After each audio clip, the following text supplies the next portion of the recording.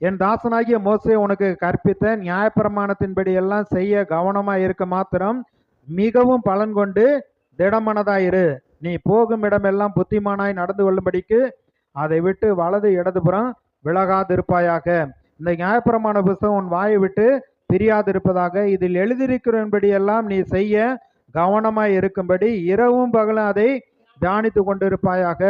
அப்பொழுது நீ உன் வழியை வாய்க்க பண்ணுவாய், அப்பொழுது புத்திமானாய் நடந்து கொள்ளுவாய். தன் செய்கைகளில் எல்லாம் புத்திமானாய் நடந்தான், கர்த்தர் அவனோடு கூட இருந்தார். தாவீது சென்றவிடமெல்லாம் அவன் புத்திமானாய் நடந்து கொண்டான். 5வது வசனத்துல தாவீது சவுல் தன்னை அனுப்புகிற எவ்விடத்திற்கும் போய் புத்திமானாய் காரியத்தை நடப்பித்ததினால் சவுல் அவனை யுத்த மனுஷரின் மேல் அதிகாரியாக்கினான். அவன் எல்லா ஜனத்தின் கண்களுக்கும் சவுளுடைய ஊழியக்காரரின் கண்களுக்கும் கூட பிரியமாயிருந்தான்.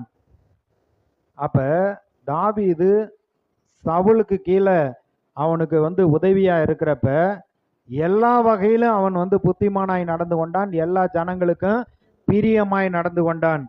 அதே அதிகாரத்துல 30வது வசனம், பெலிஸ்தருடைய பிறப்புக்கள் புறப்படுகிற போதெல்லாம் தாவீது சவுளுடைய ஊழியக்காரரின் எல்லாருடைய எல்லாரை பார்க்கிலும் புத்திமானாய் நடந்து கொண்டான், அவன் பேர் மிகவும் கனம் பெற்றது.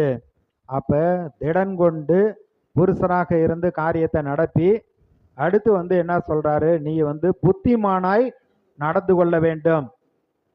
புத்தினா என்ன அப்படின்னா யோபு 28:28 சொல்லப்பட்டிருக்கு, கர்த்தருக்கு பயப்படுதலே ஞானத்தின் ஆரம்பம், பொல்லாப்பை விட்டு விலகுவதே புத்தி. அப்ப புத்தி உள்ள ஸ்திரீ வீட்டை கட்டுகிறாள், புத்தி உள்ள மனிதராக இருந்து எல்லா காரியத்தையும் செய்ய வேண்டும் என்று அவருக்கு சொல்லுகிறார். 3வது, அவருடைய கட்டளைகளை கை கொண்டு அவருடைய வழிகளில் நடக்கும்படி சொல்லுகிறார்.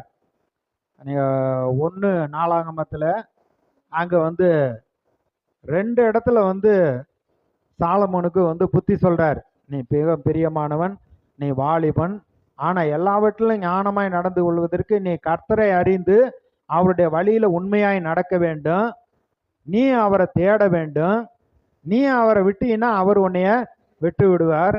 ஆனா எனக்கு எழுதி கொடுத்த அந்த வார்த்தையின்படியே இந்த ஆலயத்தை நீ கட்டி முடிக்கிற வரைக்கும் கர்த்தர் உன்னைய கைவிடவும் மாட்டார், உன்னை விட்டு விலகவும் மாட்டாருன்னு சொல்றாரு.